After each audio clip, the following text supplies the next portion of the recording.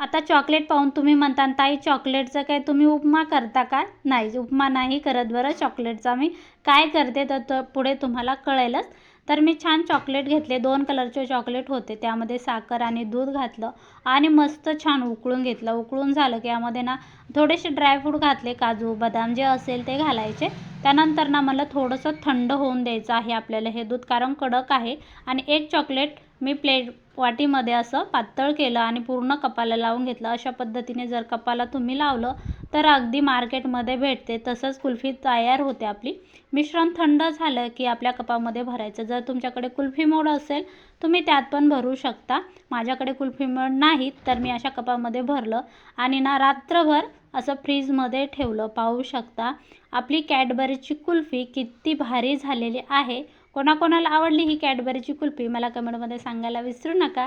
आवडली असेल नक्कीच लाईक आणि शेअर करा. पूर्ण रेसिपी पाहिल्याबद्दल खूप खूप मनापासून धन्यवाद.